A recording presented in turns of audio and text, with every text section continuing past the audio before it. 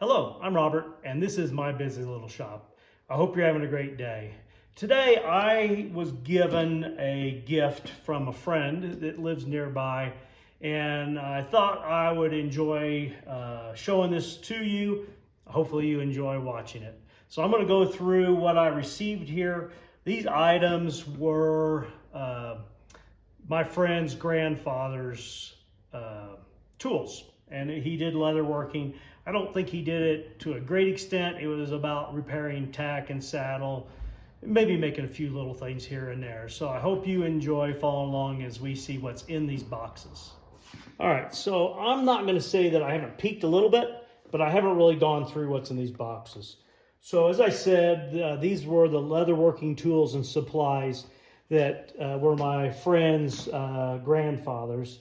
And I'm going to save these two boxes for last. I'm really intrigued as what's in that. I see here he's got a canteen cover template. So he used this somehow as a pattern while he was making items. I've got some leather here. It looks like this was to be a scabbard. Maybe not a scabbard. Yeah, I'm not sure what he intended here, but I see he's got the same pattern in reverse. And it can't be for this way, because then the pattern would be upside down. It would be this way. That's really interesting. He's done a lot of the carving, but I don't see any tool work done. And on this side here, it looks like he just used a stylus. There's a little bit of carving here. So I'm really intrigued on this. I may have to ask him a little bit more if he knows a little bit more about it, but I'll have to see what I want to do with that. It's a little bit lightweight for tooling. Usually you want something a little thicker than that.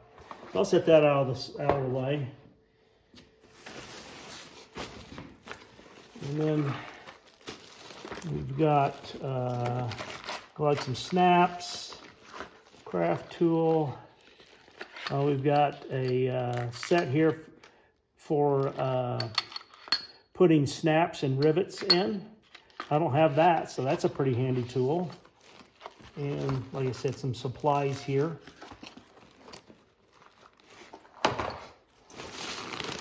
And looks like just a lot of lace and cut strips. Some strap here.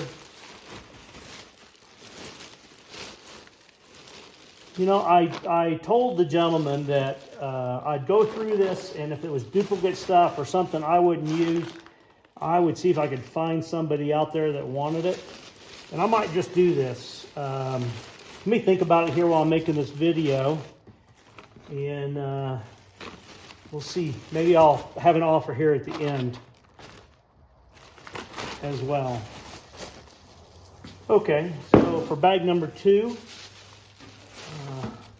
looks like we have a strap cutter. I may have to give this a little try and see how it compares to the strap cutter that I've got. Looks like it's made pretty much about the same. May use the same blades that I have. And we've got some pieces of leather. Speedball linoleum cutters. Yep, looks like a little knife here, and these look like blades. So I want to talk a little bit about this for a second. I'm a very sentimental person, and for him to hand this off to me, I don't see this as like handing off unwanted items. I think he was struggling a little bit on like cleaning up, and so I can really respect that. That's not an easy choice to make. I've got a lot of items hanging on my wall here that either belong to my dad or someone close to me with history. So I can see it's hard to get rid of items that are history. We've got some open back rivets, a carry strap. He may have bought that for a pattern, for a muzzle loader it says, speed stitcher, and I'm not sure what this is. There's just more straps of leather in here.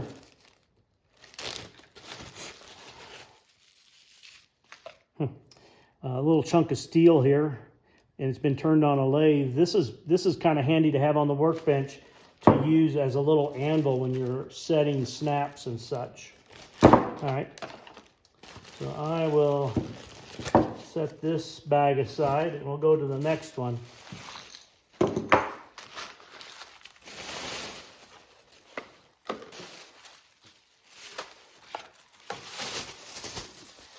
All right, bag number 3, kind of feels like leather mainly. Got a piece of veg tan leather here. I can see some stretch marks here. This is probably in the neck area or the belly. Looks like mainly just leather here. So for him to give this to me, I take this as a little bit of a responsibility to, to treat it right and to try to find the right use for it. Yep. Just kind of scraps, it looks like, from repairs. Some of them are pieces that came off of some old leather items, saddles or belts or such, holsters. That's the strap cutter piece. That was $15.95 when that was purchased.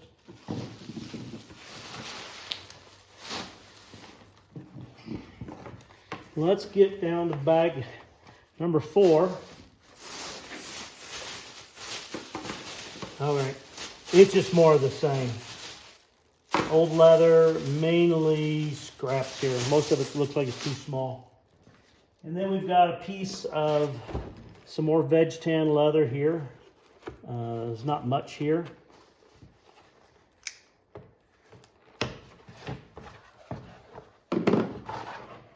Yeah, just a couple of straps here. All right. So far, the biggest find is this piece of leather. It's already been cut out. We have some neat lac, extremely flammable, and it's a finisher, it says. I'll have to look it up. From Tandy Leather, some time ago, I would say. It says that it's got toluene in it and naphtha. So, 2 pretty strong solvents. All right, let's get into it. I like the boxes. If nothing else, these boxes will really help me organize some of my stuff.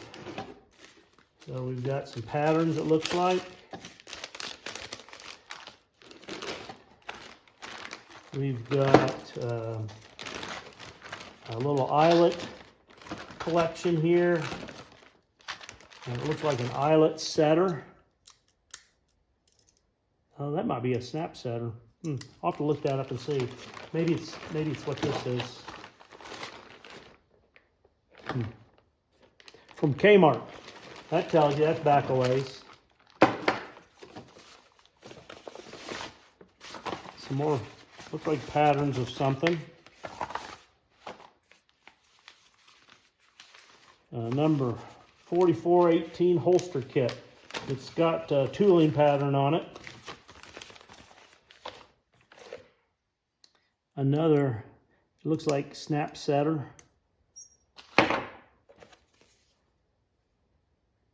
Pick case bottom.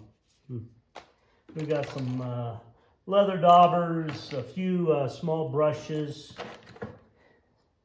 a knife. Glad that wasn't sharp. X-Acto knife box and an X-Acto knife cutter. A chunk of wood. A popsicle stick from Eskimo Bar. You can see here it says Eskimo Bar on it. Looks like just some more patterns here. Looks like some stencils as well. I imagine he used that to cut against as a cutting board.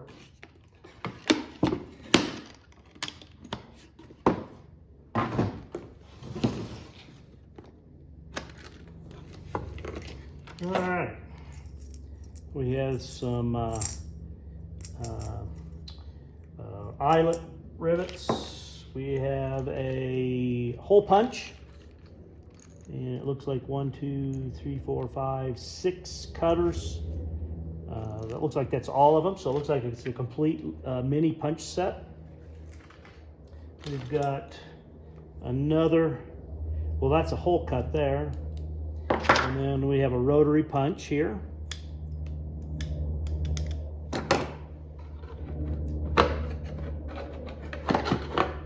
And another rotary punch. Looks like it's had some years on it. We have some hardware. Some old buckles and clips. A set of all-purpose needles here from Tandy Leather. Some more needles.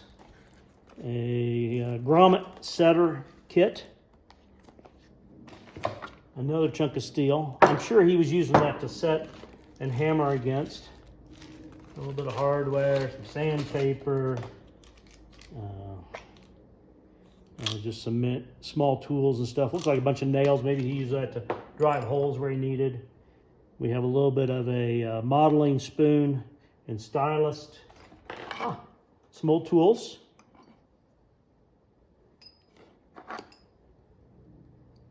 Homemade tool there.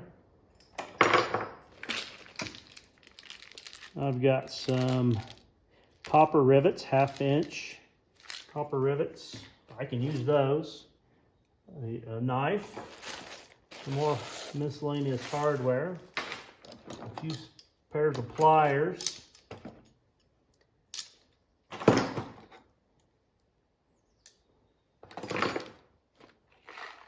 self-tapping metal screws. Some more paint brushes here. A safety cutter.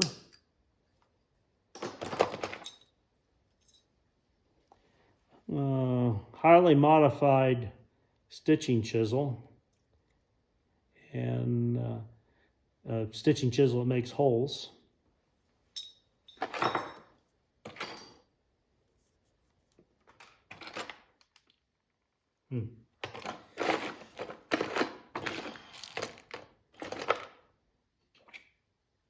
A little awl. A groover that's used like this to put a detail edge along the side. Okay, so there's a lot of cool things in here, a lot of history here. That's kind of funny. Be wise, beware, use me with care. A brownie pocket knife. That has got some years on that. I'm going to reach out to him and make sure he knows that's in there. I'm assuming that that belonged to his grandfather. That's fairly old. So I think it's really cool that he reached out to me. He knows I do leather work. So sometimes it's hard to know what to do with an old tool. Do you just leave it in the garage as a sentimental value? I've got enough of that it crowds up the garage. Or do you get it to somebody that can use it? And I'm glad he reached out to me. I think what I'm going to do is I'm going to, I've got a bunch of that leather strap here, and I don't really use shoelace size leather strap. If there's somebody that's watching this video and they want that shoelace leather strap, if you, or we'll call it leather lace, if you just in the comments, you put leather lace, then I'll see if I get several people, then I may divide it up. But I'll send it to you. If you want it, no cost, I'll just send it to you. I've got a couple of rotary punches here, and I've got a rotary punch that I use. So I'm going to do the same thing with the rotary punches and the stitching tool. So if there's something there that appeals to you, if you type in rotary punch, if I get multiple people, I'll put names in a drawing, and I'll get those sent out to you. And I'll do the same thing with... well, these pliers probably aren't worth the hassle for somebody there. I want to show you something really quick. I talk about sentimental value. So, all right, I like old tools. I like old tools because they have history in them. These are tools that maybe something close to me. This axe here, this hatchet, it's got a different handle in it now than when I received it. I received it when I first became a Boy Scout and it went to summer camp with me the first year. It had a holster that I could carry it on my hip. And I've gone through 3 or 4 handles in it. And out of everything up here, it means a lot to me, more than it probably should, but a lot of sentimental history here. That's why I take that kit of leather items serious. Here's a hatchet that was my father's. I can remember when he bought it. He really liked it. I enjoy it. I had to put a new handle in it, but it's fun to have these types of things around. It grounds me in history, I guess would be a corny way of saying it. So that's another one there. I've got one here. Probably the most expensive tool I got up there, but this was a gift from one of my customers when I retired. And they said, oh, it's probably going to be a wall hanger. No, I use it. It is a nice hatchet. It is extremely sharp. So I have to be careful where I use it, but I really enjoy this hatchet as well. So that's it. I just wanted to talk a little bit about that. There's more tools up here. I can remember where they came from, what I was doing when I got it, who I got it from, or a project that maybe somebody helped me work on. So am I sentimental? Yeah, probably. I think most people are probably more sentimental than they care to let on. I hope you're having a great day. Thanks for joining me here today in my busy little shop, busy, messy little shop. And I'll see you on down the road. Have a great day.